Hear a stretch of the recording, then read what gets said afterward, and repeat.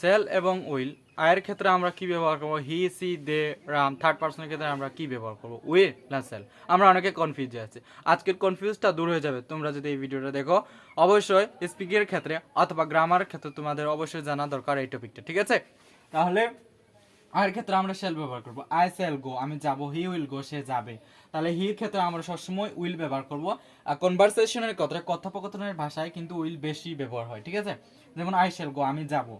হি, C, ইট, দে, রাম ইত্যাদির পরে will ব্যবহার হয়, ঠিক আছে? হি, সি, ইট, দে, রাম ইত্যাদির পরে কিন্তু উইল ব্যবহার হয়। এবং উত্তম পুরুষ যেটা আই উই, ঠিক আছে? উইর মধ্যে কিন্তু আমি আছি, ঠিক আছে? উইর মধ্যে কিন্তু আমি আছি। তাহলে আই উই এরপর কিন্তু শেল ব্যবহার করব। আই উই গ্রামারের রুল, ঠিক আছে? আই উই এরপর কিন্তু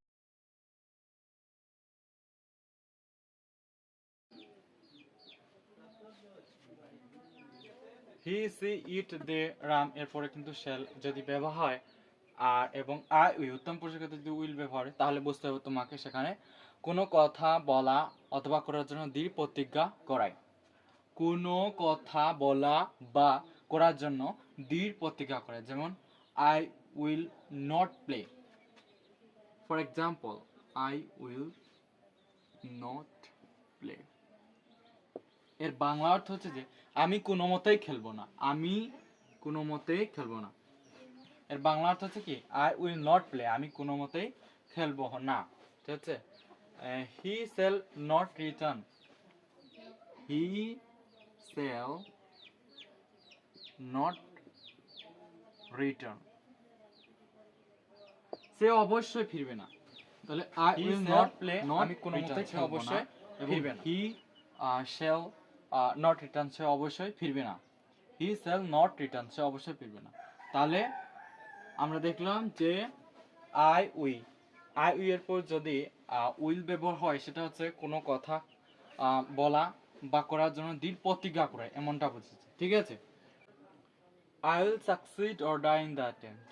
আমি না হয় আমি সাফল্য লাভ করব, না হয় প্রাণ ত্যাগ করব, ঠিক আছে? এর বাংলা হচ্ছে I will succeed or die in the attempt. I will succeed or die in the attempt. আমি হয় প্রাণ ত্যাগ করব, না হয় কি সাফল্য লাভ করব। You shall finish your work before you leave the office. যে অফিসে অবশ্যই তোমাকে কাজগুলো শেষ করে যেতে হবে, ঠিক আছে?